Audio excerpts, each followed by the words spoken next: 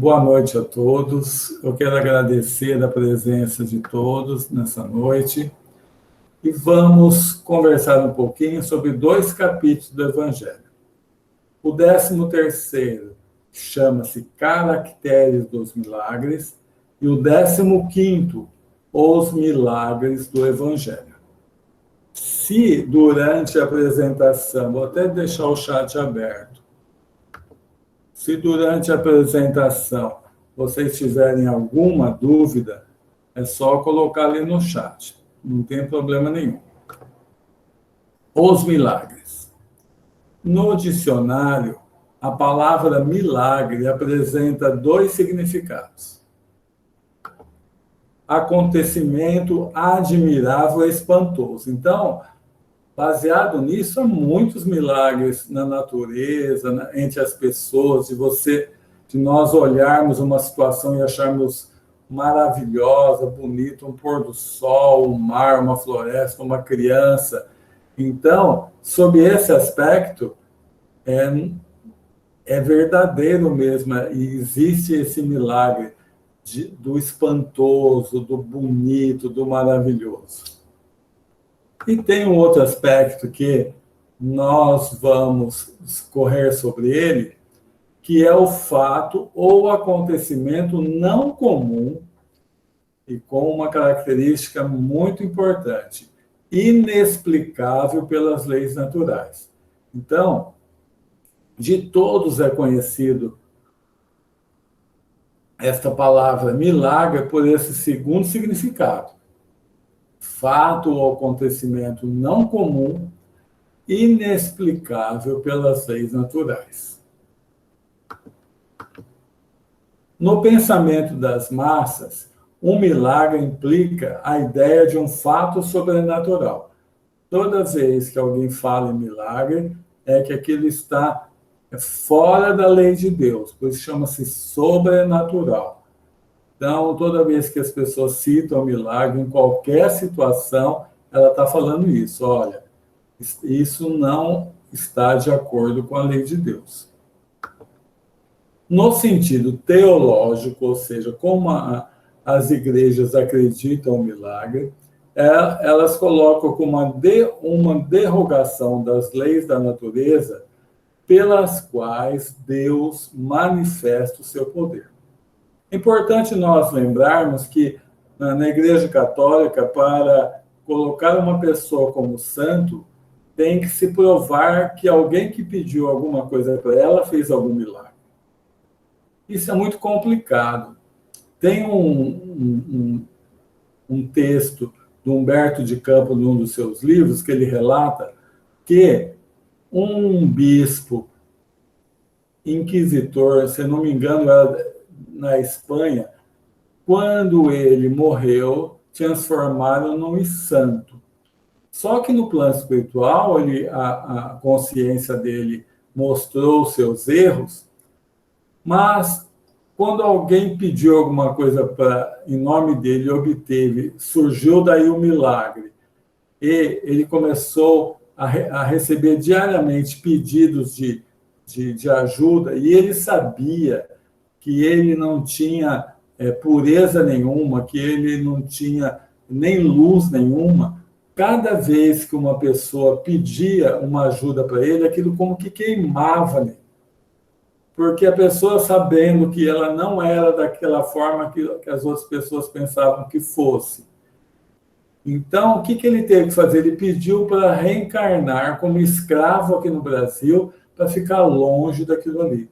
Então, até esse tipo de situação pode gerar. À medida que a ciência revelou novas leis, o círculo dos milagres foi restringido. Por quê? Porque é a ignorância das leis naturais. Então, a partir do momento em que a ciência foi descobrindo por que os fatos se davam, tanto na área da saúde como em qualquer outro tipo de área, foram desvendando a natureza ou a naturalidade daqueles fenômenos que antes eram considerados milagres. Então, com a ciência, os milagres do lado material sumiram todos, porque a ciência foi explicando cada caso, como ocorreu, como ocorre. Então, ela tirou do círculo dos milagres a parte material. O milagre expulso do domínio da materialidade pela ciência entrincheirou-se na espiritualidade, que foi seu último refúgio. Por quê?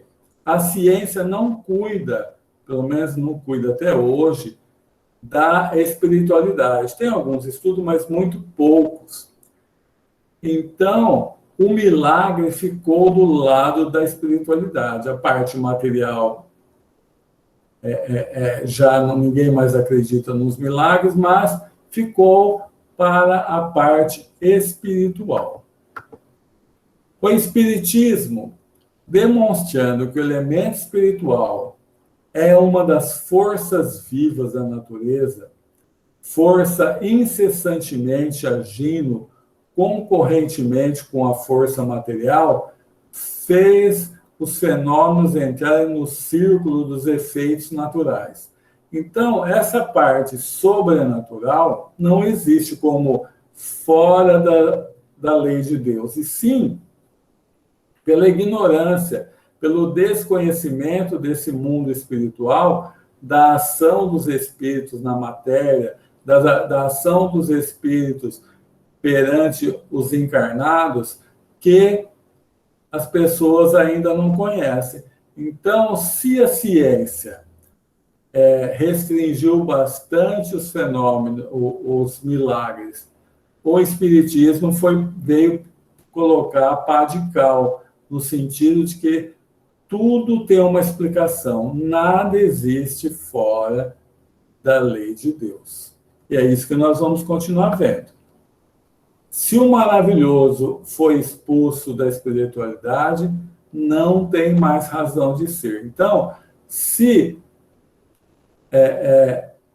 o que sobrou dos milagres ficou restrito à espiritualidade, com o espiritismo, ele deixou de ter razão de ser, porque a gente vai ver que tudo que existe está dentro das leis naturais. O Espiritismo não faz milagres.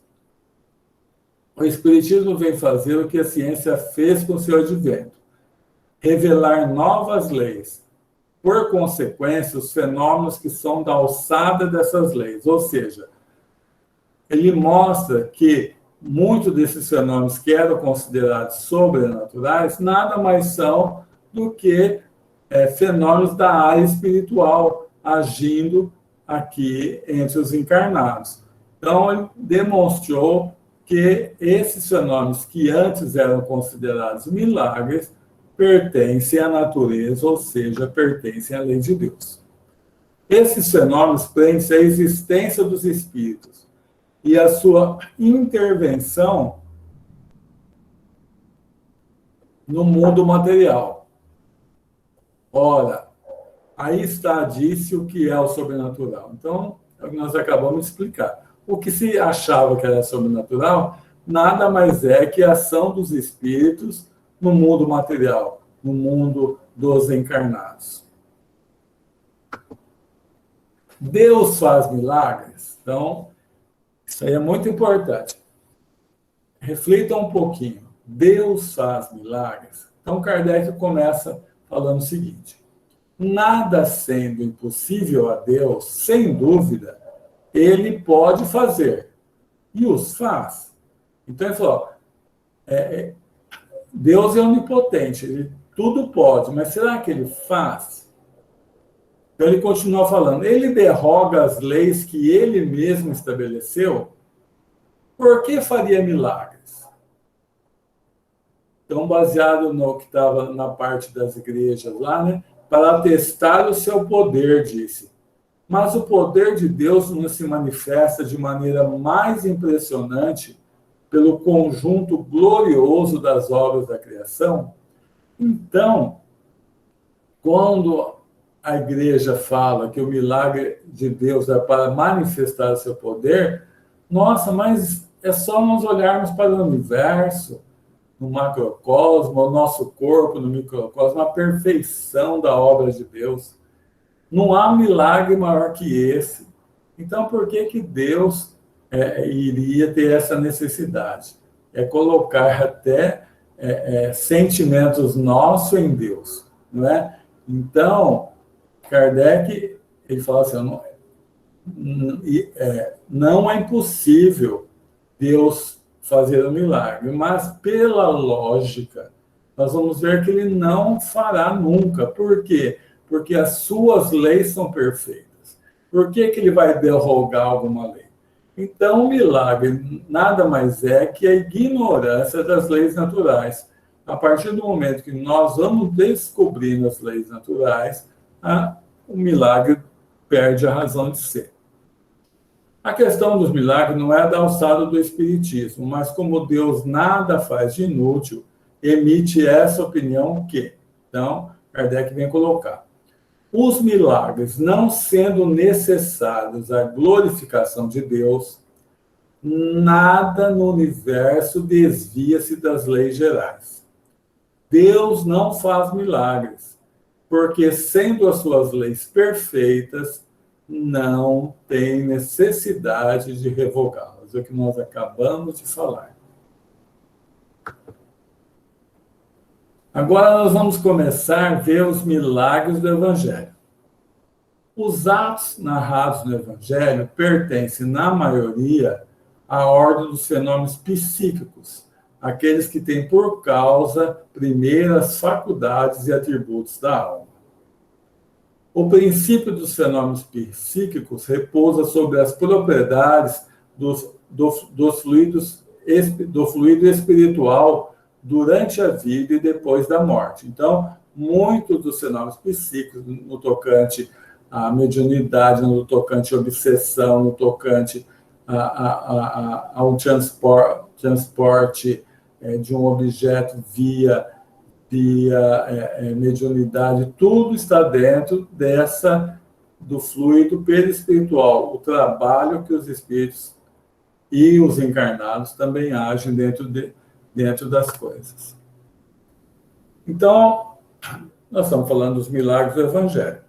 A superioridade de Jesus sobre os homens não se prendia às particularidades de seu corpo, mas a de seu espírito, que dominava a matéria de maneira absoluta, e a de seu perispírito, inserido na parte mais quintessenciada, ou seja, etérea, dos fluidos terrestres. Então, o que Kardec está falando? A questão de Jesus não é o corpo, é o espírito que estava ali, um espírito Cristo, não só puro, mas Cristo. Então, o potencial magnético, o potencial de energia de Jesus era incomensurável. Não dá para a gente nem medir.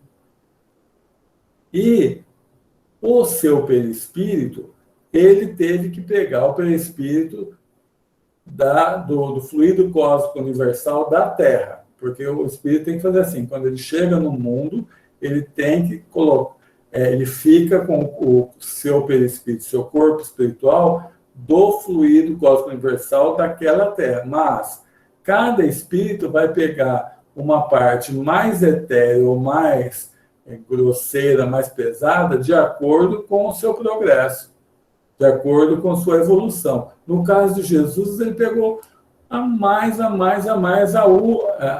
elevada de todos, ou seja, a mais quintessenciada, a mais etérea.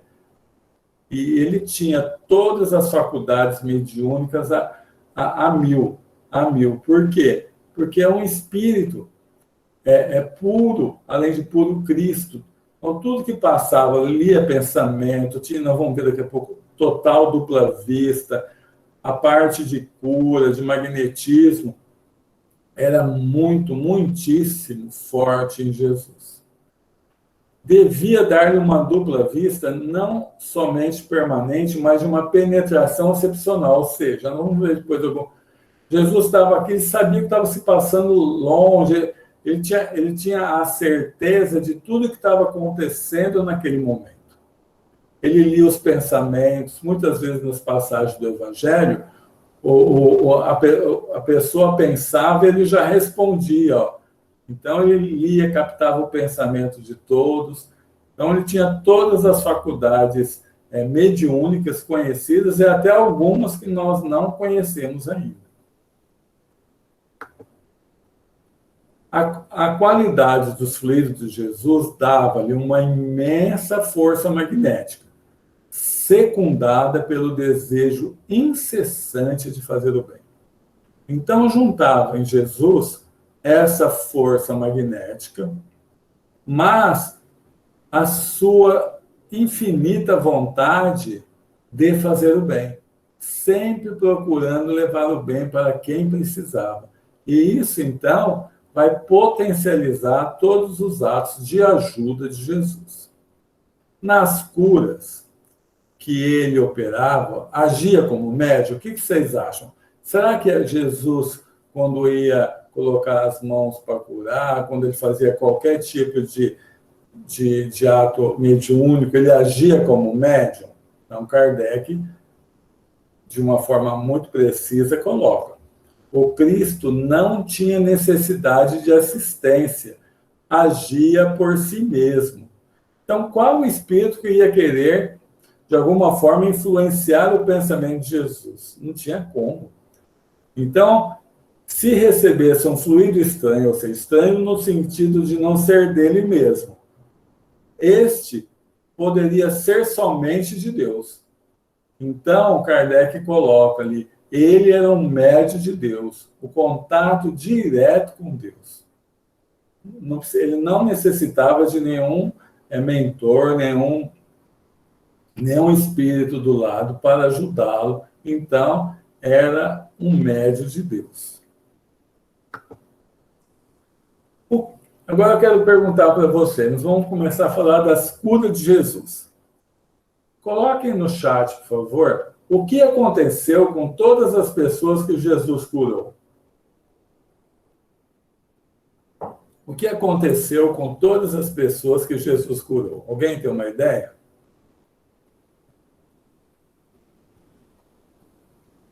Com todas, não tem exceção. Vou esperar mais uns 10 segundinhos só. Tem uma mãozinha aí. Pode falar, Valéria. Se não for a Valéria, pode falar.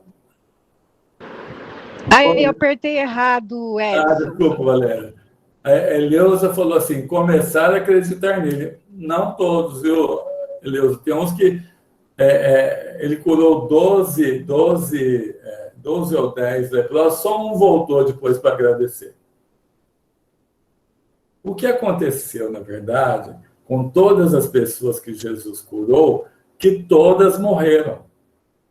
Então, Jesus curou, mas a morte chegou a todos, inclusive a Lázaro, que, depois nós vamos explicar melhor isso, ficou constando para muita gente que Jesus promoveu a ressurreição, a volta à vida de alguém morto, mas depois Lázaro morreu.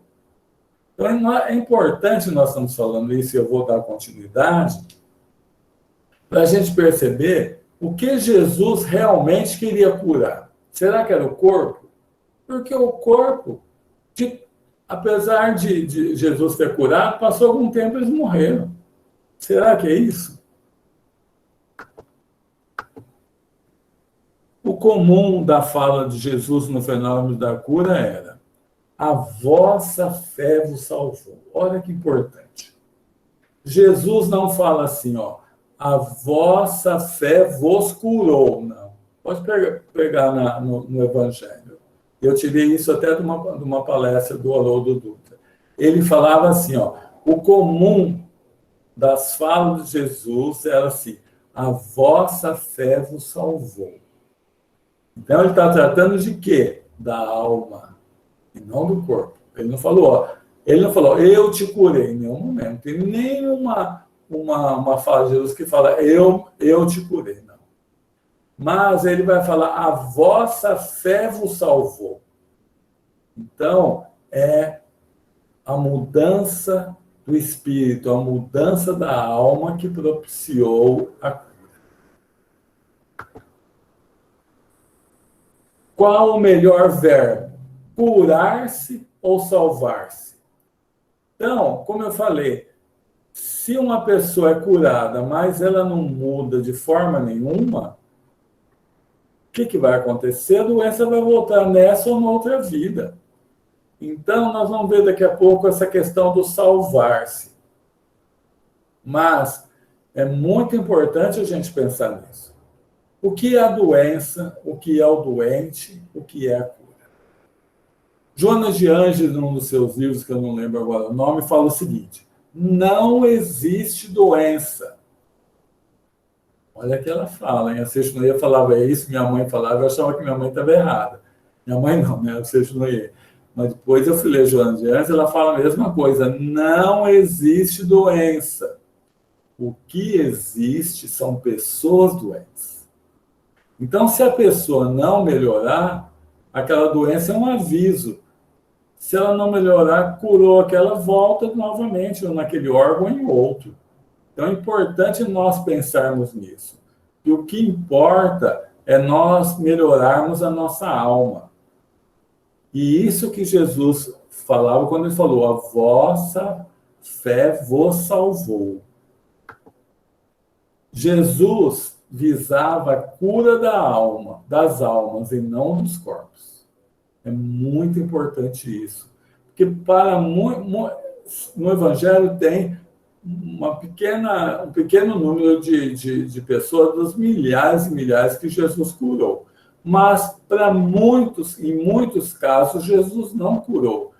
Tem um livro, eu estava vendo ele até agora há pouco, que conta na primeira história do livro um fato desse, que um moço, ele tinha um pouco de problema mental, mas ele conseguia se expressar bem, seguia Jesus, e Jesus um dia passou, deu um olhar muito doce para ele sentiu que naquela vida a cura para ele não ia ser uma coisa boa, mas ele continuou seguindo a Jesus. Então, é muito importante isso. A alma curada cura o corpo, ainda que demore um pouco. Jesus é o médico das almas. Então, Jesus estava mais preocupado ele tinha mais atenção para a alma daquele que ele estava tendo contato. O que ele podia fazer para aquela pessoa se tornar melhor.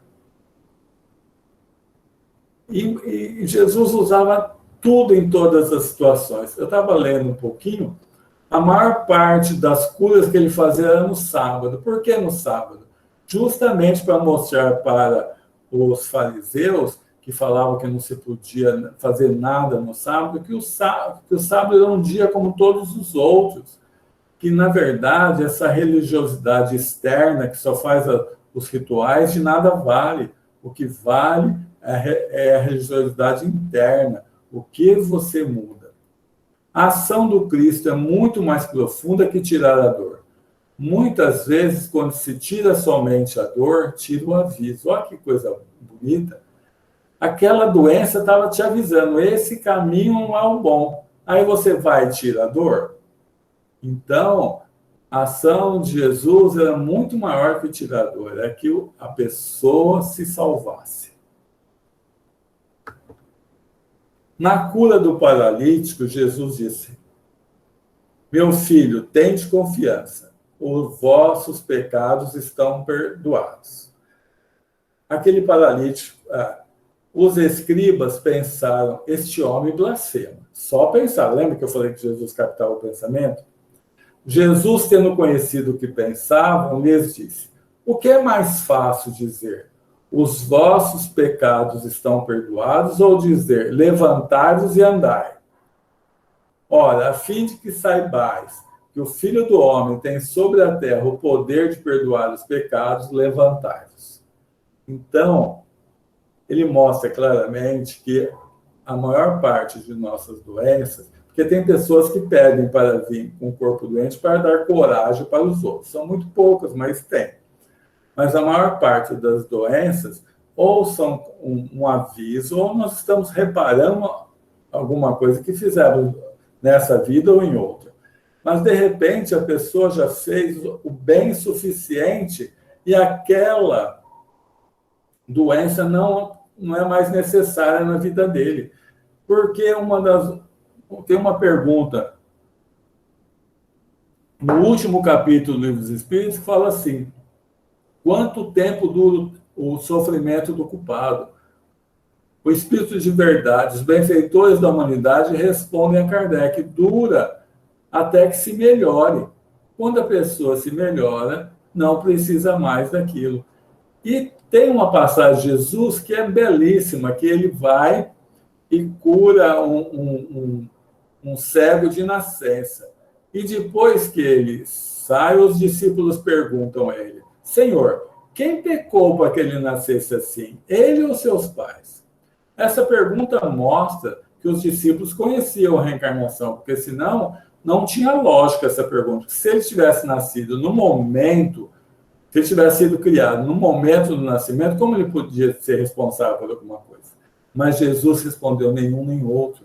Ele veio assim para a beleza da minha, não sei as palavras corretas, mas para a beleza da minha missão. Ou seja, é um espírito tão bondoso que ele aceitou vir com uma mediunidade que Jesus pudesse curar, porque Jesus não fazia milagres também.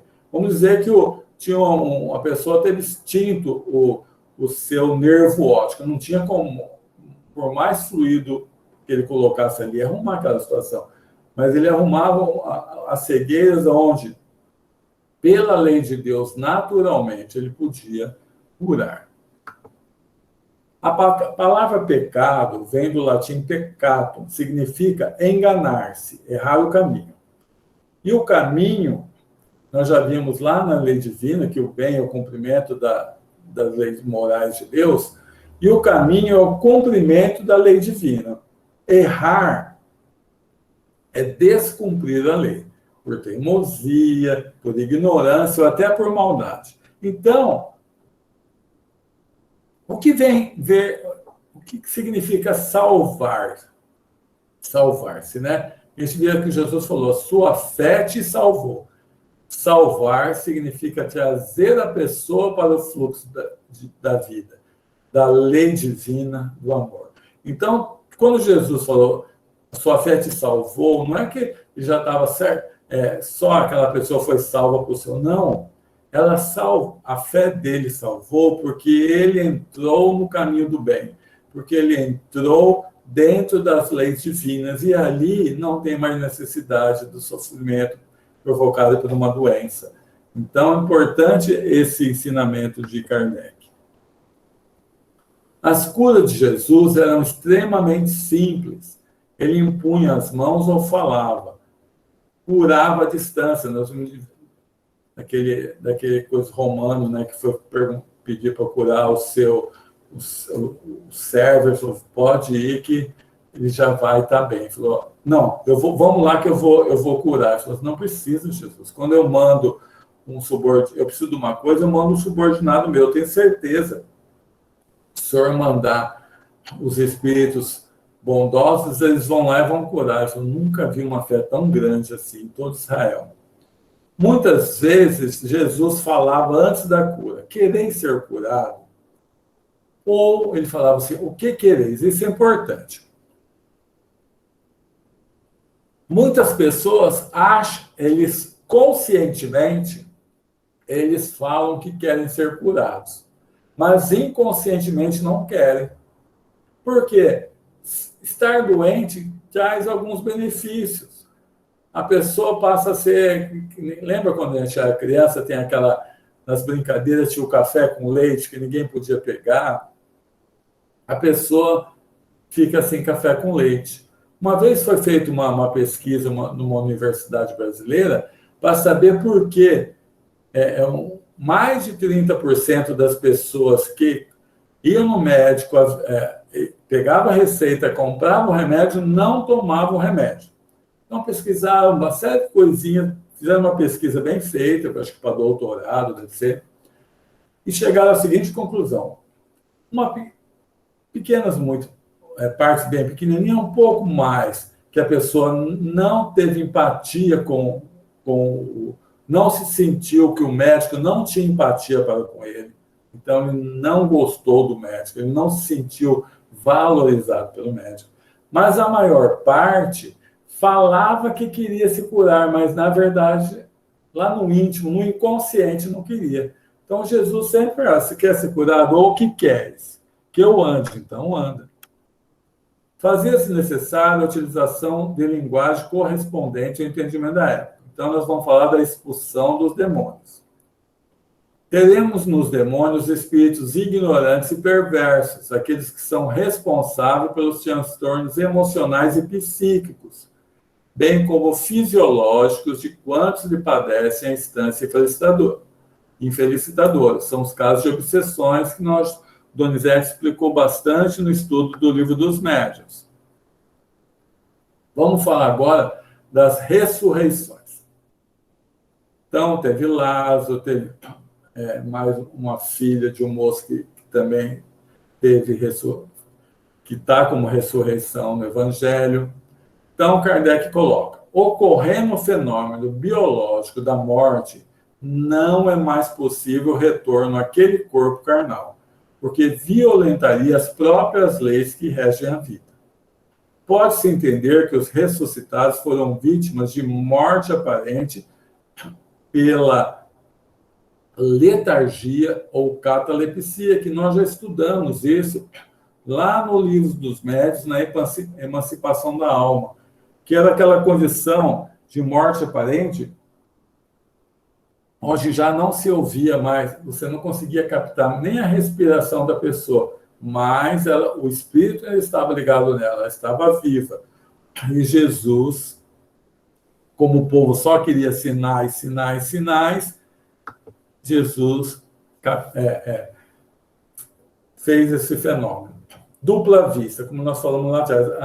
A dupla vista de Jesus, além de ser constante, ela ia para lugares muito distantes. Nós vemos algumas passagens.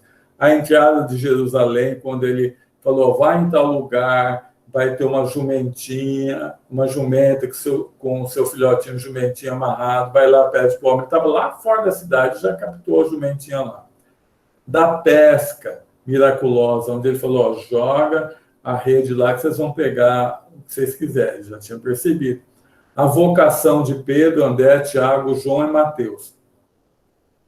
É muito interessante essas passagens, porque Jesus chegava e falava, vim te buscar. Eles não conheciam Jesus, mas só de Jesus chamar, a pessoa largava o que estava fazendo e ia. Isso prova o seguinte, além dessa dupla vida de Jesus, que todos estavam já, a missão deles dentro da obra de Jesus, porque a hora que viu Jesus é como que fosse um relembrar daquela missão. Eles largavam o que estavam fazendo e iam seguindo Jesus. Os milagres de Jesus. Temos que buscar muito mais nos milagres de Jesus o ensinamento que nos trazem do que como foi feito. Ou seja, nós temos que procurar nos milagres de Jesus ver o que Jesus quis mostrar com aquele ato, mais até do que o próprio ato. Tempestade acalmada. O ensinamento é termos fé nos momentos difíceis, que Deus só vai deixar acontecer o que for melhor para o nosso espírito. Sabemos que os espíritos comandam os fenômenos da natureza, e este poderia ser o resultado de um trabalho deles para ajudar na missão do mestre. Nós já vimos isso aqui, que os fenômenos da natureza é um espírito elevado que comanda mentalmente e bastante espíritos elementares lá no início da trajetória como espírito que fazem o trabalho mais braçal. Então, todos os fenômenos da natureza são coordenados por equipes espirituais. Então, por isso que Jesus, conseguiu essa tempestade que fosse acalmada, mas tem o motivo de nós termos fé que Deus não desampara. Bodas de Caná. Essa boda de Caná foi importante porque marcou o início da missão de Jesus, quando Jesus, a pedido de sua mãe, transforma a água em vinho. mostrando que, diferente do que muitos pensam, o evangelho foi de alegria, não de tristeza. Ele já começou numa festa de casamento. Então, todo o evangelho é motivo de alegria. Se completou quando Jesus volta, 3 dias após a crucificação, na presença dos discípulos. O ensinamento falado a Pedro, que questionou se aquilo não... Porque tem um livro espírita que fala assim, que depois que Jesus fez isso, transformou água em vinho, Pedro chegou para Jesus e falou o seguinte: Senhor, o senhor não está favorecendo a beberagem das pessoas, transformando água em vinho? Jesus respondeu para Pedro que ele ainda não tinha aprendido a alegria de atender um amigo. Então, Jesus mostrou que a amizade com o amigo superava tudo.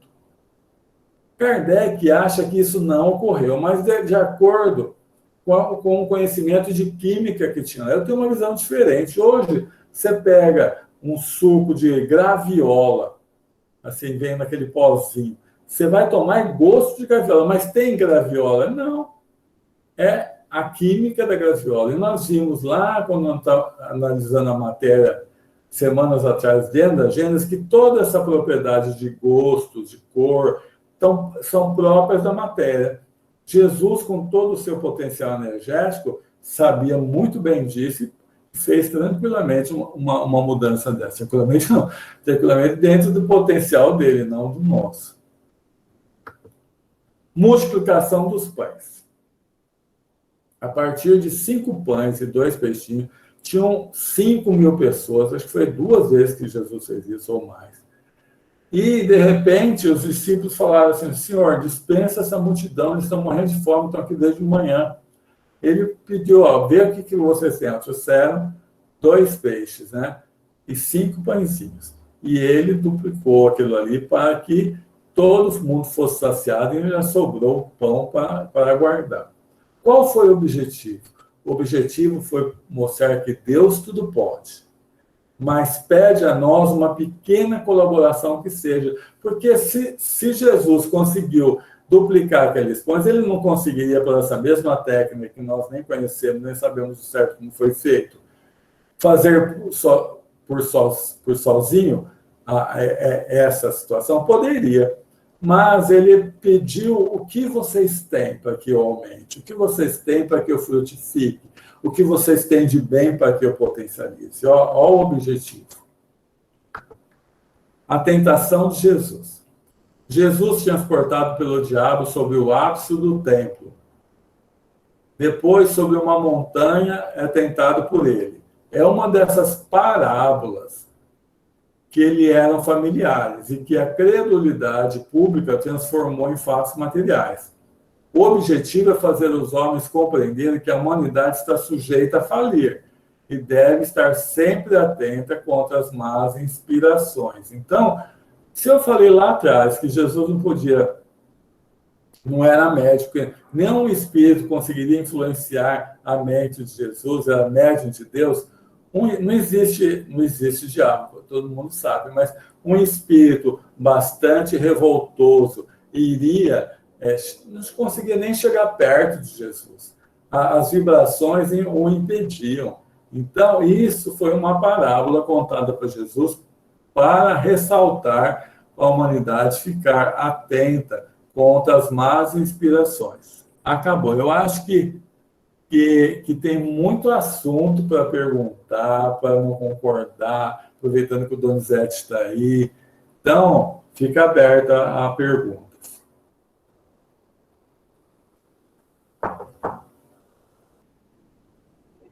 Será que nós poderíamos pensar que, quando Jesus dizia assim, a tua fé te salvou, é que naquele momento a pessoa havia completado o ciclo de dor dela? Sim, eu penso assim também, porque que eu falei, com exceção daquelas pessoas que vêm para mostrar coragem aos outros, a dor só tem ou ela está ajudando na reparação, por isso aquele momento cessou, ou é um aviso para que a pessoa saia daquele caminho, vá para o caminho correto.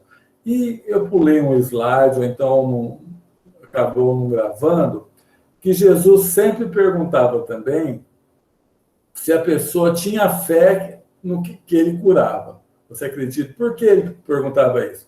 Porque ao uma pessoa falar, não, eu tenho fé na sua cura, ela mesma abria os escaninhos do corpo espiritual e do corpo carnal para que a energia de Jesus passasse. Isso é importante de nós colocarmos por causa do passe. Quando nós vamos tomar um passe no centro, é importante nós nos ligarmos e termos fé que ali tem um emissário de Jesus e mais os fluidos do médium sendo endereçado para a nossa melhoria. Porque se eu não tiver essa fé, essa certeza, eu mesmo bloqueio a ação benéfica. Então, a fé, nesse caso, é muito importante. E, como o Donizete falou, a doença, ela tem esses objetivos. Então, se a pessoa, igual aquele caso que eu falei da pessoa que era cego de nascença, que, quando Jesus perguntou quem pecou para que ele viesse assim, quantos desses já estavam dentro da missão de Jesus para passar por uma situação, às vezes nem precisavam dela, mas para que, como o povo sempre queria sinais, para que Jesus pudesse tirar a doença sem que isso fosse abalar de alguma forma a vida daquela pessoa. Porque tem alguns casos, nós já falamos bastante aqui, nos primeiros livros do Chico, que uma mãe pedia muito a Deus que curasse seu filho que estava acamado. E os espíritos falaram, não pode. O espírito protetor dela pedindo, não pode. Até que um dia, ela faz muito bem, o espírito protetor falou, ela vai desanimar. Eles curaram. Ele ficou bem, no começo era só felicidade, mas com o tempo ele começou a relaxar nos seus comportamentos, relaxar. Um dia ele voltou muito tarde, já embriagado, ela foi admoestá-lo, ele deu um safanão nela, jogou longe.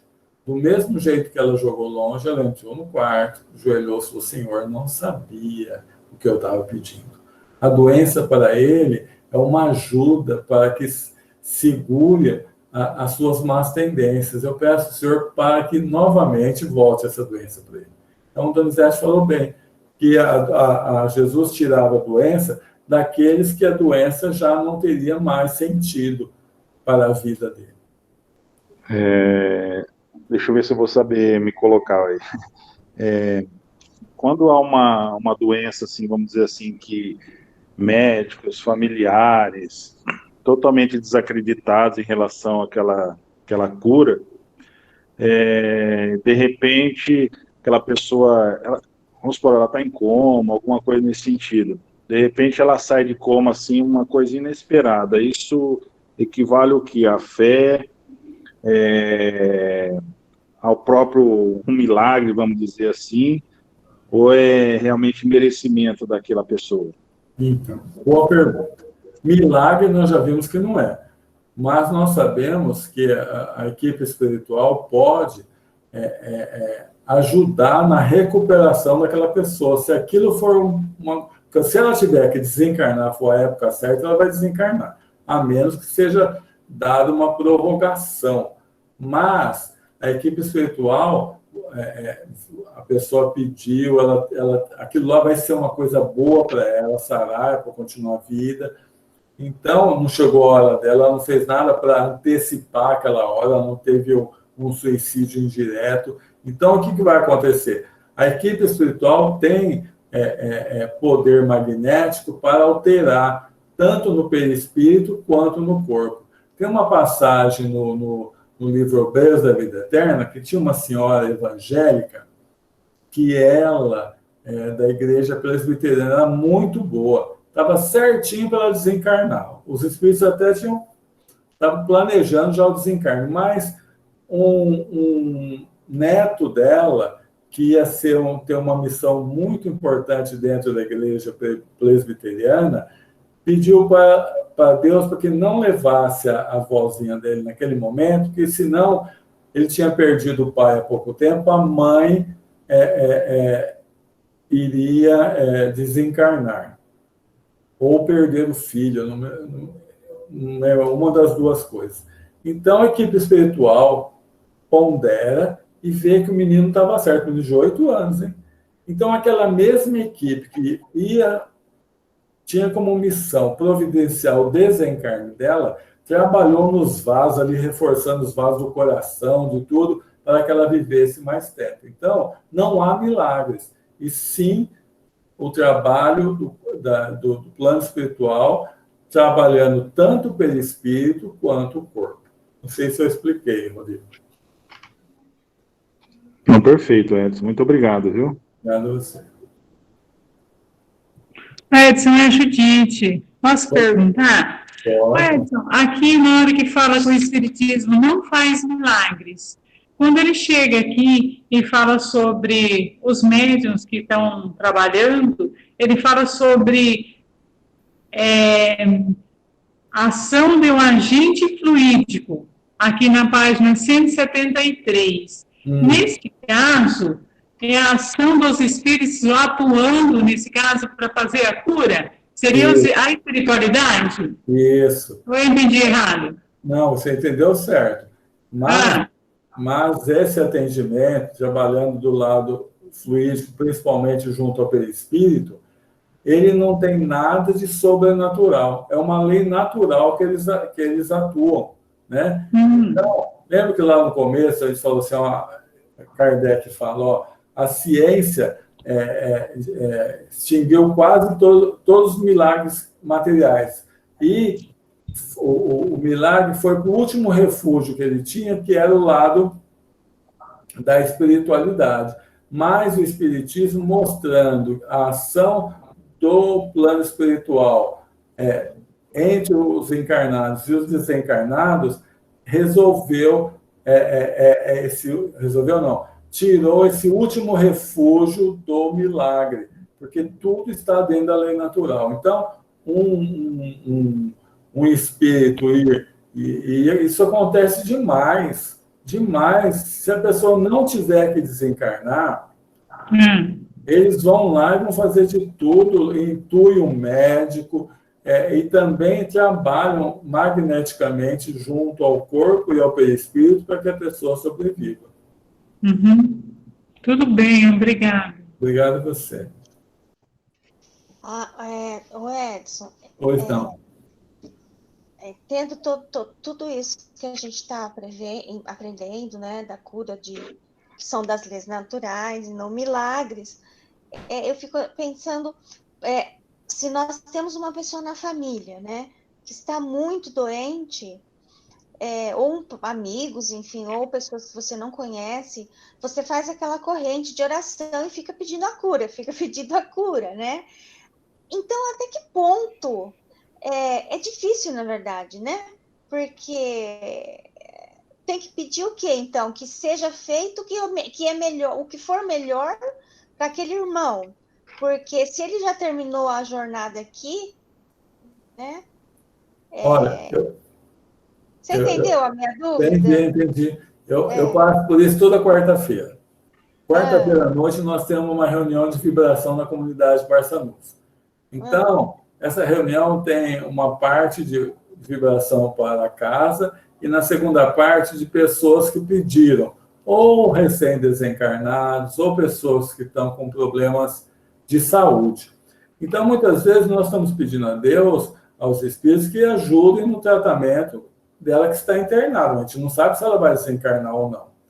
E, de repente, vem a notícia, olha, ela desencarnou. Nós não tiramos ela da vibração, nós pegamos, transportamos ela para a vibração para o desencarnado, que ela seja bem recebida no plano espiritual, que ela esteja bem. Então, eu penso assim, quando a gente faz o Pai Nosso e fala assim, seja feita a vossa vontade, na verdade, se a gente fosse sincero mesmo, a gente falava assim, seja feita a vossa vontade desde que não contrarie a minha, não é? Então, se a gente está pedindo para Deus, seja feita a vossa vontade, no caso de um ente querido que está doente, você não quer que ele desencarne, mas para ele, porque o desencarne não é o mal, a morte não é o mal, Mas é até um pouco natural a gente pedir pela vida, mas não se revoltar e aceitar que ele passou. É aquela coisinha que nós já falamos aqui umas 20 vezes, que o Divaldo, um dia, uma pessoa falou, pergunta para os espíritos lá se meu pai vai estar bem, que ele está internado, daqui a uns dias ele vai ficar bom. Aí o Divaldo perguntou, vai estar muito bem, vai ficar muito bem. Aí contou para o cara ficou feliz. Passou alguns dias, o homem morre. Aí ele foi falar para o Divaldo. Aí o Divaldo foi falar lá com o plano espiritual, poxa, que situação vocês me colocaram? Não falamos que ele ia ficar bem, está bem, vai estar do lado de lá. Então, eu não vejo problema. Tem aquilo que nós já vimos ainda no Livro dos Espíritos, na parte do desencarne, que algumas vezes nós seguramos a pessoa que está precisando desencarnar. Por isso que tem aquela situação da melhora da morte. Os espíritos fazem a melhora da morte, os familiares se afastam e aí eles providenciam o desencarne. Então, a gente tem que tomar esse cuidado para aceitar melhor a vontade de Deus. Mas pedir para ele que ele tenha com outros. Qual seria, então, a maneira correta, digamos assim, numa situação dessa, de nós, familiar, estarmos orando? A forma correta, qual seria? Eu não saberia dizer, mas eu vou até passar para o Donizete, mas eu acho que é pedir pela saúde mesmo, né? Mas se chegou a hora dele, pedir que a equipe espiritual tome conta dele para que ele faça a passagem para o plano espiritual da melhor forma possível. Então, se entregar mais à vontade de Deus, né? Pedir que ele fique bem, mas falar assim, é difícil a gente fazer isso, mas é importante, Senhor, se chegou o momento dele, que eu não me revolte, que eu aceite essa situação.